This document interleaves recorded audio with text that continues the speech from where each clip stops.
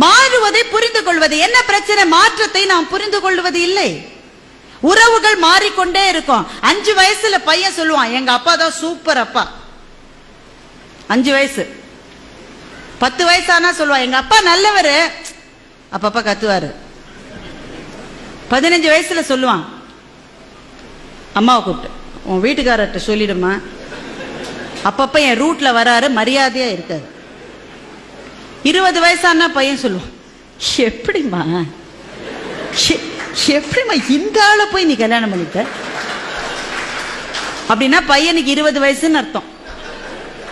30 வயசானா பையன் சொல்றான், சார் நான் எங்க அப்பாவோட பேசுறது இல்லை சார், நான் என்ன செஞ்சாலும் தப்புங்கிறார் சார், அவரோட நான் பேசுறது. அப்படின்னா பையனுக்கு எவ்வளவு வயசு?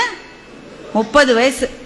அதே பையனுக்கு 40 வயசு ஆயிடுச்சுன்னா அவனுக்கே அப்ப குழந்தைகள் இருக்கும். அப்ப சொல்லுவான், எங்க அப்பா கத்திக்கிட்டே தான் இருப்பாரு, ஆனா பாவம் நல்லவருன்னா அவனுக்கு 40 வயசு ஆயிடுச்சுன்னு அர்த்தம். அவனுக்கே 50 வயசு ஆயிடுச்சுன்னா சொல்லுவான், அந்த வறுமையிலே எங்க அப்பா எங்களை எப்படி வளர்த்தார் தெரியுமா, மை டாடி இஸ் கிரேட்.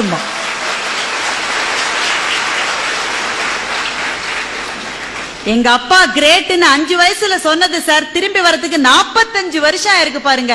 இதுதான் மாற்றம்.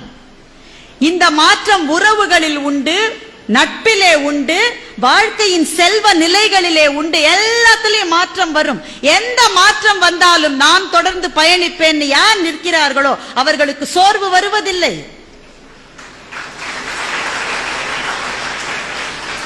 மாற்றங்கள் இருக்கின்றதே, அது நதியிலே கலக்கின்ற கழிவை போல.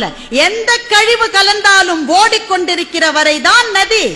கழிவு கலந்துட்டாங்களேன்னு அது நின்று போச்சுன்னா நாற்றம் பிடித்த குட்டையாகி விடும் அது.